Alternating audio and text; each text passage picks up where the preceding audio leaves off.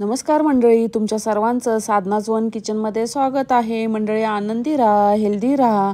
मंडळी, आनंदी हेल्दी राहण्यासाठी घरचं जेवण खूपच गरजेचं असतं। त्यामुळे आज आपण साधनाज वन किचनमध्ये मस्त झणझणीत तिखट असं पिठलं बनवणार आहोत। मंडळी, पिठलं ही एक महाराष्ट्रीयन डिश असून ती बनवायला अतिशय सोपी आहे आणि पिठलं भाकरीसोबत अतिशय रुचकर लागतं। तर पाहूयात आपण पिठलं कशा पद्धतीने बनवायचं। पिठलं बनवण्यासाठी सर्वात आधी आपल्याला 2 लहान कांदे घ्यायचे आहेत। त्याची साल काढून घ्यायची आहे। त्यानंतर ते बारीक चिरून घ्यायचे आहेत। कांदा चिरून झाल्यानंतर 5 ते 6 आपल्याला हिरव्या मिरच्या घ्यायच्या आहेत।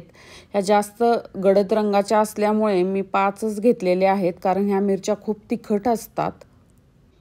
मिरच्या चिरून झाल्यानंतर आपल्याला कोथिंबीर धुवून तीही बारीक चिरायची आहे।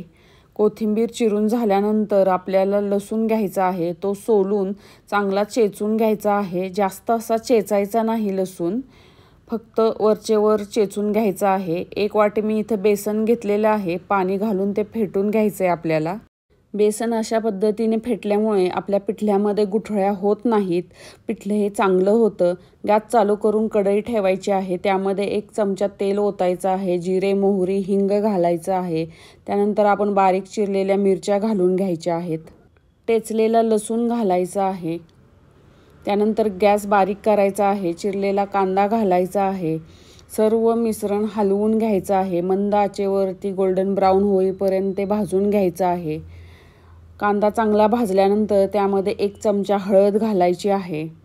ते नंतर परत मिश्रण हलवून घ्यायचं आहे। थोडीशी कोथिंबीरही घालायची आहे। 2 ग्लास पाणी घालून घ्यायचं आहे त्यामध्ये। त्यानंतर चवीनुसार मीठ घालायचं आहे। त्याला उकळी फुटल्यानंतर आपण जे फेटलेलं बेसन आहे ते त्यामध्ये आपल्याला ओतून घ्यायचं आहे। बेसन ओतल्यानंतर आपल्याला ते व्यवस्थित चमच्याने हलवून घ्यायचं आहे। त्यानंतर त्यावरती प्लेट झाकायची आहे। 3 ते 4 मिनिटासाठी त्याला वाफ द्यायची आहे। हे आपलं छान असं झणझणीत पिठलं तयार झालेलं आहे। त्यानंतर त्यावरती थोडीशी ताजी कोथिंबीर घालायची आहे, त्यामुळे बेसनाला चांगली चव येते। म्हणजे तुम्हाला हा व्हिडिओ आवडला तर नक्की लाईक करा, शेअर करा, सबस्क्राईब करा। भाकरीसोबत किंवा भातासोबत ह्या पिठलांचा आस्वाद घ्या आणि ते कसं होतंय तुम्हीही बनवल्यानंतर मला कमेंटमध्ये नक्की सांगा। तोपर्यंत बाय बाय, भेटू आपण नंतरच्या ब्लॉगमध्ये।